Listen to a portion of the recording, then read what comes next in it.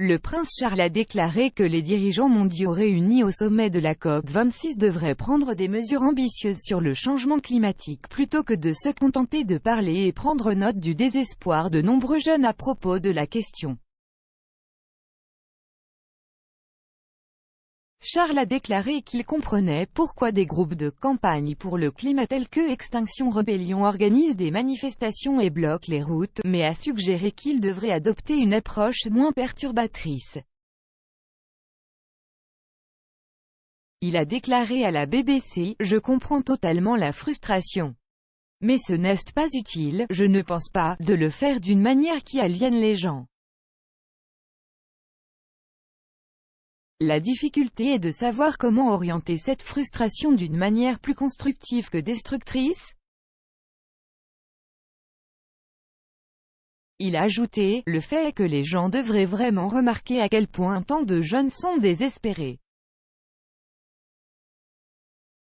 Charles, un militant écologiste de longue date, a déclaré qu'il avait fallu beaucoup trop de temps pour que le monde prenne la crise climatique au sérieux. Il craint que les dirigeants réunis lors de la conférence sur le changement climatique de Glasgow en novembre ne fassent que parler.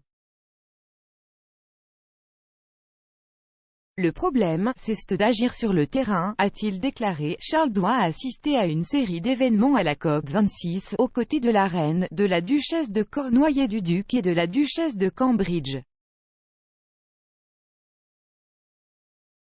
Dans l'interview de la BBC, qui a eu lieu à Prince George Wood, un arboretum que Charles a créé dans les jardins de sa maison sur le domaine de Balmoral à Aberdeen, il a également évoqué ses propres efforts pour réduire son empreinte carbone.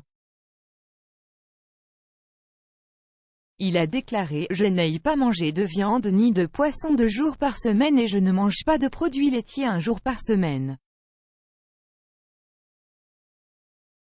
Si plus faisait cela, vous réduiriez beaucoup la pression. » Il a déclaré qu'il avait converti sa voiture, une Aston Martin qu'il possédait depuis 5 décennies, pour fonctionner avec ce qu'il a décrit comme le surplus de vin blanc anglais et de lactosérum provenant du processus de fabrication du fromage. Les commentaires de Charles interviennent après l'annonce que la reine et des membres supérieurs de la famille royale assisteront à une série d'événements lors de la conférence COP26 des Nations Unies sur le changement climatique. Buckingham Palace a confirmé la nouvelle la semaine dernière. Glasgow accueille le sommet mondial et pendant l'événement, la reine, le prince de Galles, la duchesse de Cornouailles-le-Duc et la duchesse de Cambridge effectueront des engagements royaux du 1er au 5 novembre. Charles est un militant écologiste de longue date et a été rejoint ces dernières années par son fils William qui a créé le prix Earthshot, un prix récompensant les innovations qui réparent la planète. Les gagnants du prix, un projet de 10 ans avec un prix total de 50 millions de livres sterling, seront annoncés plus tard ce mois-ci.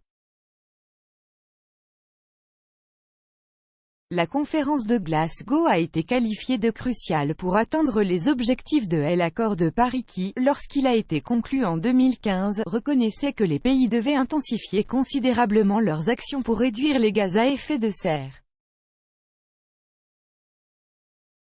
Mais si l'écart entre l'atteinte des objectifs de température, destinés à conjurer les impacts les plus dangereux du réchauffement climatique, et l'action s'est réduit depuis Paris, il ne devrait pas être comblé d'ici le sommet du mois prochain.